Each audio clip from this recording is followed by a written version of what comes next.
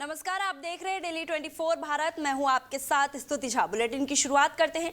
महिला पहलवानों के कथित यौन उत्पीड़न मामले में बीजेपी के पूर्व सांसद बृजभूषण शरण सिंह को बड़ी राहत मिली है। दिल्ली की राउज एवेन्यू कोर्ट ने सोमवार को सुनवाई के बाद उन्हें और विनोद तोमर को बरी कर दिया है। कोर्ट के फैसले के बाद बृजभूषण शरण सिंह ने कहा है कि जिस दिन उन पर आरोप लगे थे उसी दिन उन्होंने कहा था कि अगर आरोप साबित हुए तो वो खुद फांसी लगाकर लटक जाएंगे। उन्होंने कहा कि आज अदालत ने उन्हें सम्मान के साथ बरी कर दिया है, जो उनके और उनके समर्थकों के लिए खुशी का दिन है। बृजभूषण सिंह ने कहा है कि उन्हें पहले से विश्वास था कि न्याय मिलेगा। उन्होंने कहा है कि उन्होंने कभी खुद को दोषी नहीं माना और कोर्ट के फैसले ने उनकी बात को सही साबित कर दिया। उन्होंने साल 2023 के विरोध प्रदर्शन का जिक्र करते हुए कहा कि उस समय उनके खिलाफ कई गंभीर बातें कही गई थी, लेकिन उन्हें न्याय व्यवस्था पर पूरा भरोसा था। वहीं बृजभूषण सिंह के बेटे और बीजेपी सांसद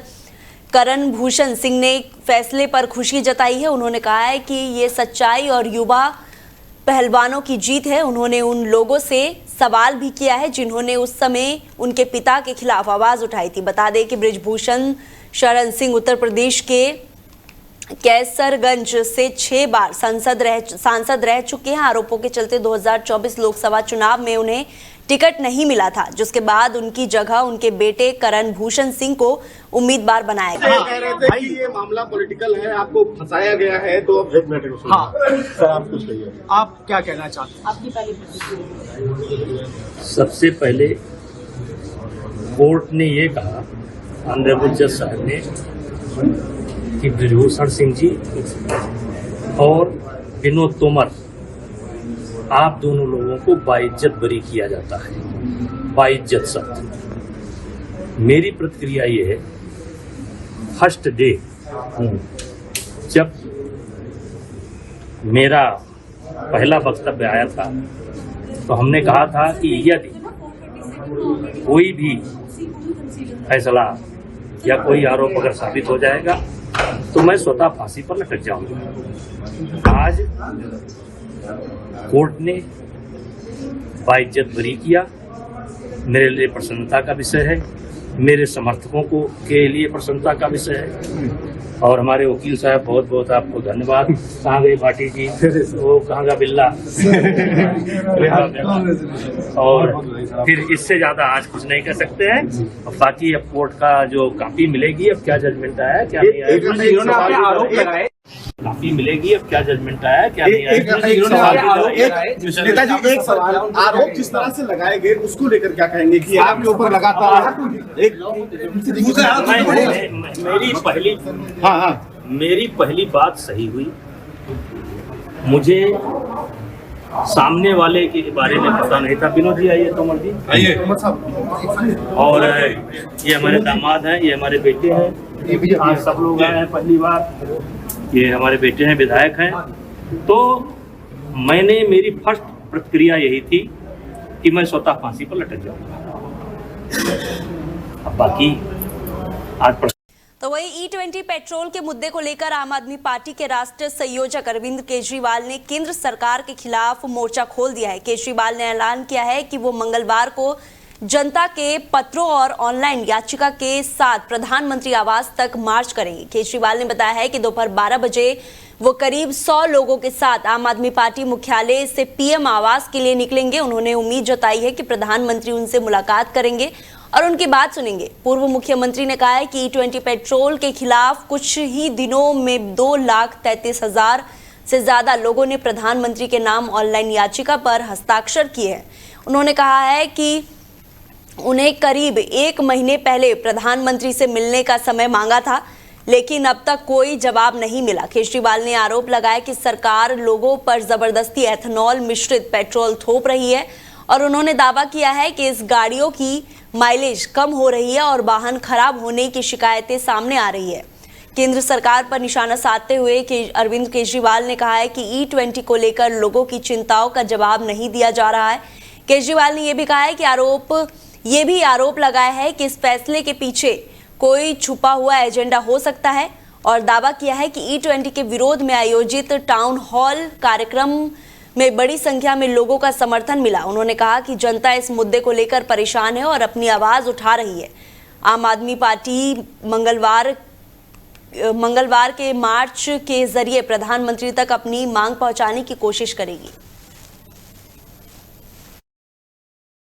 इथेनॉल को लेके हम सब जानते हैं कि देश की जनता बहुत ज़्यादा परेशान है और केंद्र सरकार, मोदी सरकार जो है वो ज़बरदस्ती लोगों पे इथेनॉल थोपे जा रही है। लोगों की माइलेज कम हो रही है, लेकिन उसके बावजूद बिना प्रश्नों के जवाब दिए, बिना कोई तर्क दिए सरकार ज़बरदस्ती थोप रही है। उससे ये लगता है कि कोई ना कोई सरकार का हिडन एजेंडा है। एक आरोप ये लगाया जा रहा है कि ट्रंप के दबाव में मोदी जी झुके हुए हैं। ट्रंप अपने देश का इथेनॉल जबरदस्ती इंडिया में इंपोर्ट करवाना चाहता है और एक अनुमान के हिसाब से अगले 5 साल में $20 बिलियन का इथेनॉल जो है मोदी जी जो है वो ट्रंप से खरीदेंगे, जो हमारे देश के ऊपर थोपा जाएगा। तो हमारे देश के लोगों की गाड़ियां खराब करके और ट्रंप के सामने मोदी जी झुके हुए हैं। परसों हमने इसके ऊपर जो टाउन हॉल किया था वो बेहद सक्सेसफुल रहा। हॉल के अंदर, हॉल के बाहर बहुत लोग थे और लगभग 7 लाख लोग लाइव इस कार्यक्रम को देख रहे थे। ये मुझे लगता है कि दुनिया का रिकॉर्ड है कि कोई भी कार्यक्रम लाइव जो है वो 7 लाख लोग ऑनलाइन देख रहे हों। इसी वजह से यही दिखाता है कि लोग कितने ज़्यादा परेशान हैं और किस तरह से सपोर्ट में आए। पर लोगों को डराया जा रहा है, धमकाया जा रहा है बुरी तरह से। जो कोई अगर इसके खिलाफ कुछ कर दे, कोई इन्फ्लुएंसर, कोई कंटेंट क्रिएटर, कोई विक्टिम कोई कुछ कर दे तो उसको डराया जाता है, ट्रोल किया जाता है, धमकाया जाता है, FIR की जाती है। तो लोग बहुत डरे हुए हैं। हमने कुछ दिन पहले एक पिटीशन प्रधानमंत्री के नाम ऑनलाइन साइन करवाई थी, तो लगभग 2,33,238 लोगों ने ये पिटीशन साइन की है मात्र कुछ दिनों के अंदर। ये सारी पिटीशंस की कॉपीज़ आप लोगों के सामने हैं। तो कल प्रधानमंत्री जी को ये पिटीशन सौंपने के लिए मैं 100 लोगों के साथ 12 बजे अपने दफ्तर से यहाँ से निकलूँगा प्रधानमंत्री जी के घर की तरफ, और ये पिटीशंस हम चाहते हैं कि पर्सनली उनको हैंड ओवर करके आएँ और उनसे चर्चा करें कि कैसे इथेनॉल जो है वो गलत है और लोग किस तरह से परेशान हैं। मैंने चिट्ठी लिख के भी उनसे समय मांगा था लगभग 1 महीना पहले, लेकिन उनका उसके ऊपर कोई जवाब नहीं आया।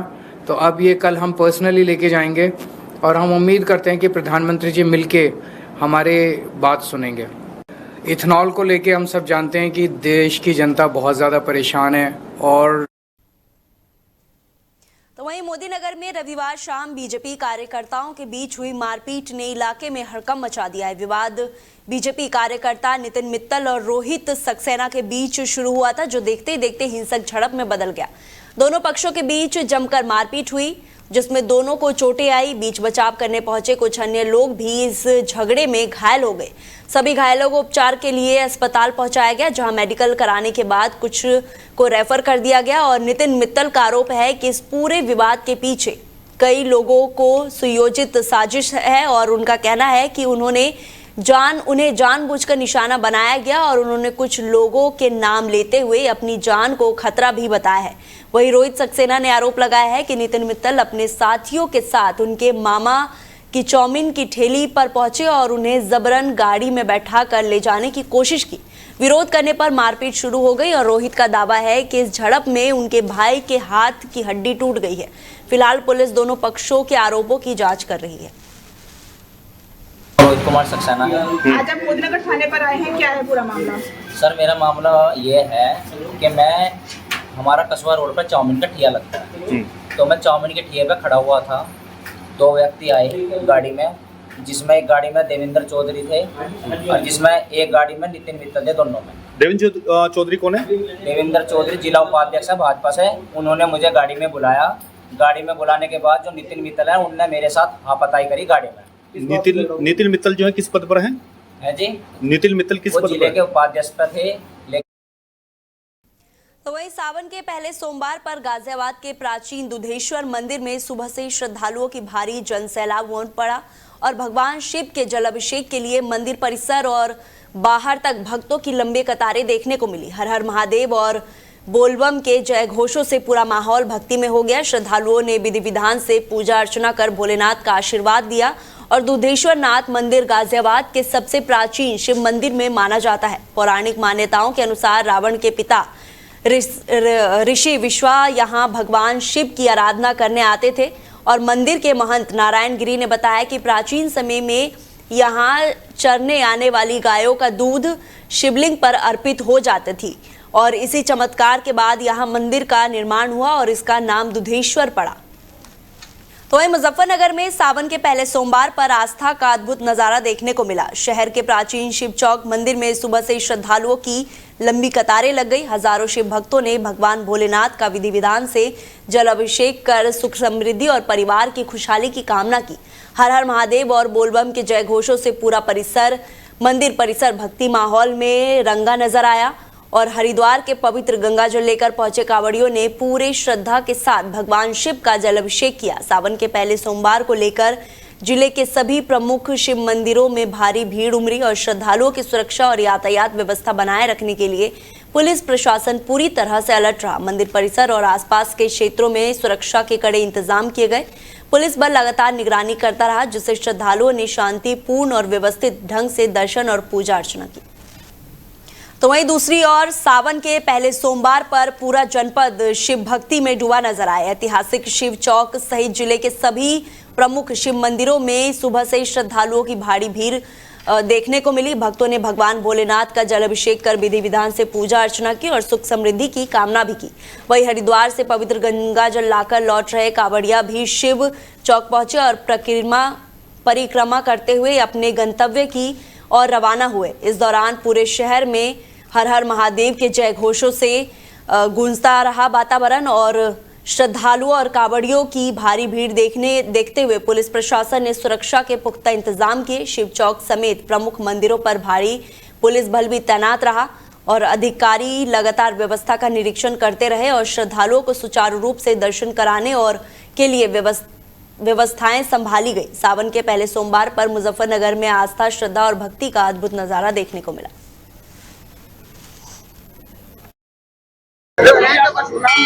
मेरा नाम विकास भारद्वाज है और मैं मुजफ्फरनगर शिव चौक शिव मंदिर का पुजारी हूँ। सावन का पहला सोमवार है, क्या कुछ महत्व रहता है? पूजा अर्चना कर रहे हैं लोग। देखिए, सावन का ये पावन महीना है और यही महत्व है। भगवान भोलेनाथ के दरबार में जो भी आता है अपनी इच्छा लेकर के उनकी इच्छा पूर्ण होती है, इसलिए पावन महीना माना जाता है। सुबह से देख रहा है लगातार भीड़ है, लाइन लग रही है, लोग जलाभिषेक कर रहे हैं। जी, तो कैसे मतलब क्या ये लेकर आए लोग? लाखों की भीड़ में आ रहे हैं, सभी भक्त आ रहे हैं यहाँ पे और कांवड़ भी आ रही है। सभी अपने अपने तरीके से भगवान शंकर को मना रहे हैं। कोई गंगा जल चढ़ा के मना रहा है, कोई दूध चढ़ा के मना रहा है, कोई बेलपत्ते चढ़ा के मना रहा है, तो कोई काले तिल, कोई जो हर तरीके से जैसे भी लगता है भोलेनाथ को मनाने के लिए उचित है। सभी भक्त इस तरह का कार्य कर रहे हैं। तो वहीं नोएडा, ग्रेटर नोएडा बिसरक स्थित प्रसिद्ध रावण मंदिर में सावन के पहले सोमवार पर श्रद्धालुओं का सैलाब उमड़ पड़ा। सुबह से ही बड़ी संख्या में भक्त मंदिर पहुंचे और भगवान शिव के दर्शन कर विधि विधान से पूजा अर्चना की। मान्यता है कि बिसरक गांव रावण की जन्मस्थली है और यहाँ भगवान शिव का शिवलिंग विराजमान है। स्थानीय लोगों के अनुसार इस शिवलिंग की गहराई का आज तक पता नहीं लगाया जा सका। धार्मिक मान्यताओं के मुताबिक रावण ने इसी शिवलिंग की आराधना कर भगवान शिव को प्रसन्न किया और तपस्या के दौरान अपना सिर अर्पित किया था। कहा जाता है कि भगवान शिव की कृपा से ही रावण को 10 सिर की शक्ति प्राप्त हुई थी। सावन के पहले सोमवार पर मंदिर में उमड़ी भारी भीड़ को देखते हुए प्रशासन और पुलिस की ओर से सुरक्षा के विशेष इंतजाम किए गए। श्रद्धालुओं ने शांतिपूर्ण माहौल में दर्शन कर भगवान शिव का आशीर्वाद लिया। निवासी सुमित गिरी पर दिल्ली में प्रेस कॉन्फ्रेंस के दौरान सांसद पप्पू यादव पर चप्पल फेंकने के आरोपों के बाद उनके परिवार ने सफाई दी है। सुमित की मां ने दावा किया है कि उनका बेटा आज दोपहर लंच बॉक्स लेकर दफ्तर के लिए निकला था और उन्होंने मीडिया में तस्वीर देखने के बाद ये जानकारी मिली और सुमित दिल्ली पहुंचा है। सुमित की मां ने पप्पू यादव की ओर से लगाए गए हत्या की साजिश के आरोपों को पूरी तरह से निराधार बताया। उन्होंने कहा कि उनका बेटा ऐसी किसी साजिश में शामिल नहीं हो सकता है। साथ ही उन्होंने प्रशासन से बेटे को रिहा करने की गुहार लगाई है। गौरतलब है कि दिल्ली में आयोजित प्रेस कॉन्फ्रेंस के दौरान पप्पू यादव पर चप्पल फेंके जाने का मामला सामने आया है। इस घटना में बुलंदशहर निवासी सुमित गिरी और हैप्पी शर्मा के नाम सामने आए हैं। तो वहीं मुजफ्फरनगर में श्रावण मास के पहले सोमवार पर कांवड़ यात्रा अपने चरम पर पहुंच गई। हरिद्वार से लेकर मुजफ्फरनगर तक शिव भक्तों का सैलाब उमड़ पड़ा है। इसी बीच एक अनोखा कावड़िया लोगों के आकर्षण का केंद्र बना हुआ है, जो भगवान शिव के भक्त रावण के रूप में यात्रा कर रहा है। रावण की वेशभूषा, चाल ढाल और बोलने के अंदाज के साथ ये शिव भक्त हरिद्वार से दिल्ली के बुढ़ारी तक पैदल कावड़ यात्रा कर रहा है और लंकेश के रूप में उसकी गर्जना और अलग अंदाज देखकर रास्ते में लोग उसे देखने के लिए रुक रहे। कावड़िए का कहना है कि रावण केवल एक राक्षस नहीं था, बल्कि महान विद्वान और भगवान शिव का परम भक्त था। उसने कठोर तपस्या कर महादेव को प्रसन्न किया था। उनका मानना है कि रावण की शिव भक्ति को हमेशा याद किया जाना चाहिए। इस अनोखे रूप में कावड़ यात्रा में एक अलग ही आकर्षण जोड़ दिया गया। जी बोले, आप रावण का गेटअप लेकर मुजफ्फरनगर पहुंचे हो, क्या कुछ खास संदेश देना चाहते हो? खास संदेश ये बोले, अपनी बहन बेटियों को सुरक्षित रखो, जो ये दरिद्र समाज में बैठे हैं इनसे बचाए रखो, और हर बहन के लिए एक रावण तैयार हो जाओ, जैसे उसने अपनी बहन की रक्षा की, और इन्हीं के हाथ से कटवाओ। आप कहाँ से आए हैं? कहाँ से गंगा जल उठाया? कितना गंगा जल उठाया? मैं बड़े हरिद्वार से चला हूँ और दिल्ली पहुँचूंगा। मेरे पास मात्र भोले को प्रसन्न करने के लायक जल लेके चला हूँ। आप रावण का वो किरदार भी निभाते हैं, कहाँ पे निभाते हैं? मैं निहाल बिहार रावण का किरदार निभाता हूँ दिल्ली में। बोले, किस शिवालय में जाकर आप गंगा जल चढ़ाएंगे? मैं समय बर्बाद शिवालय में जल चढ़ाऊंगा। जब आपने गंगा जल उठाया था ये मैंने 1 तारीख को जल उठाया था। बोले, आपका शुभ नाम क्या है? मूलचंद त्यागी। आप क्या संदेश देना चाहते हो समाज के लिए? समाज में सुख शांति। आपका एक पूरा रथ भी लेके आप साथ चल रहे हो। पुष्पक विमान इसलिए लेके आए बोले, क्योंकि कभी कभी शिव जी भगवान नीचे उतर जाते हैं ना, तो अब की बार उतरना नहीं, सीधा लेके जाना दिल्ली। महीने के पहले सोमवार पर शिव भक्ति का अद्भुत नजारा देखने को मिला। जिला के सभी शिव मंदिरों में सुबह से श्रद्धालुओं की भारी भीड़ उमड़ पड़ी। भक्तों ने भगवान भोलेनाथ का जल अभिषेक कर पूजा अर्चना की और सुख समृद्धि की कामना की।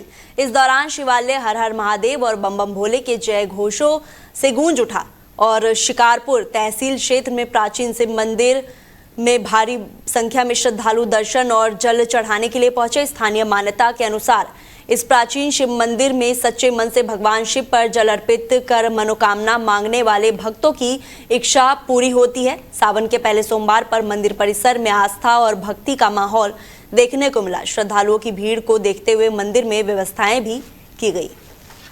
तो वहीं बुलंदशहर के अहमदगढ़ थाना क्षेत्र में एक दर्दनाक सड़क हादसा सामने आया है। स्टेट हाईवे पर गांव रानीवाला के पास से एक तेज रफ्तार कार अनियंत्रित होकर पेड़ से टकरा गई। हादसे में कार सवार दोनों लोगों की मौके पर ही मौत हो गई। घटना की सूचना मिलते ही अहमदगढ़ पुलिस मौके पर पहुंची और दोनों शवों को कब्जे में लेकर पोस्टमार्टम के लिए भेज दिया। पुलिस मृतकों की पहचान करने में जुटी हुई है। जानकारी के अनुसार कार डिवाई की ओर से बुलंदशहर की तरफ आ रही थी। इसी दौरान अचानक वाहन अनियंत्रित होकर सड़क किनारे पेड़ से जा टकराया। टक्कर इतनी जोरदार थी कि कार बुरी तरह से क्षतिग्रस्त हो गया और उसमें सवार दोनों लोगों की जान चली गई। पुलिस ने हादसे के कारणों की जांच शुरू कर दी और मृतकों के परिजनों की जानकारी जुटाने का प्रयास किया जा रहा है।